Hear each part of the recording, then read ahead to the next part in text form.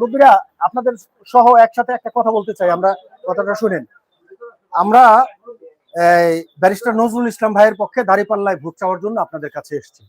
Barrister Nazrul Islam, তার পরিচিতি এই লিফলেটটার মধ্যে আছে।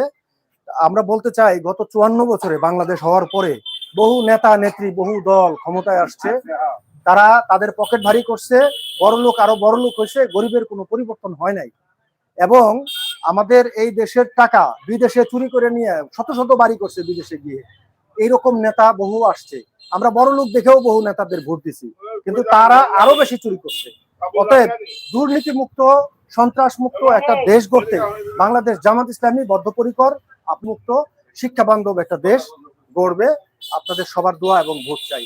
পাশাপাশি আরেকটা কথা বলতে চাই, গত 1 বছরে ইউনিভার্সিটিগুলিতে যে ভোটগুলি হয়েছে আপনারা জানেন, সবগুলি ভোটে ইসলামী ছাত্র শিবির এবং জামাত ইসলামের সমর্থনে সব বিপুল ভোটে বিজয়ী হয়ে তারা জয়যুক্ত হয়েছে। অতএব আগামী সংসদ নির্বাচনেও দাঁড়িপাল্লা ইনশাআল্লাহ বিপুল ভোটে জয়যুক্ত হবে।